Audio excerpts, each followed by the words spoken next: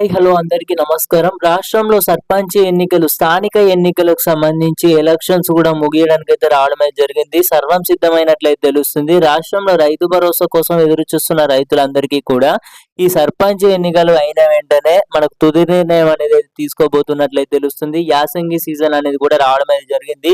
తద్వారా ఇప్పటికే మనకి ఒక ఎన్నికలకు సంబంధించి ఇప్పటికే ఈ రోజు ఉదయం 7 గంటల నుంచి మధ్యాహ్నం 1 గంట వరకు ఆల్రెడీ కూడా మనకు పోలింగ్ అయితే జరుగుతుందన్నమాట. ఆల్రెడీ కూడా చూసుకున్నట్టయితే మనకు 7 గంటల నుంచెల్లి ఇప్పటికే మనకు అంటే 1 గంట, 2 గంటల వరకు నుంచి ఓట్లయితే లెక్కించి విజేతలను ప్రకటిస్తారు. ఇవాళనే మధ్యాహ్నం ఇంకో 1 గంట వరకు అయితే పోలింగ్ అయితే జరుగుతుందన్నమాట. 2 గంటల నుంచెల్లి మళ్ళా ఓట్లయితే లెక్కించేది చేస్తారు.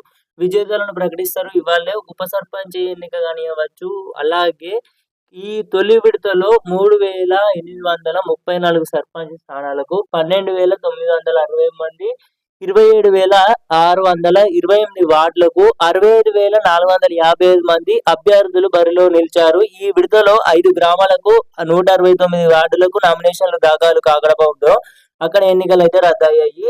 అవి వచ్చేసి డిసెంబర్ 15 చూసుకున్నట్టయితే ఎన్నికలకు సంబంధించి కూడా మరలా ఉంటాయన్నమాట. ఈ యొక్క ఎన్నికలకు సంబంధించి కూడా సర్పంచ్ ఎన్నికలు కూడా డిసెంబర్ 17తో ముగుస్తున్నాయి. ముగిసిన తర్వాత రైతు భరోసాకు సంబంధించి తుది నిర్ణయం తీసుకోబోతున్నట్లయితే తెలుస్తుంది. జనవరిలో రైతు భరోసా నిధులు విడుదల చేసే అంశంపై అయితే ఇప్పటికే చూసుకున్నట్టయితే రాష్ట్ర ప్రభుత్వం వచ్చేసి ఫోకస్ అయితే పెట్టనున్నట్లయితే తెలుస్తుందన్నమాట.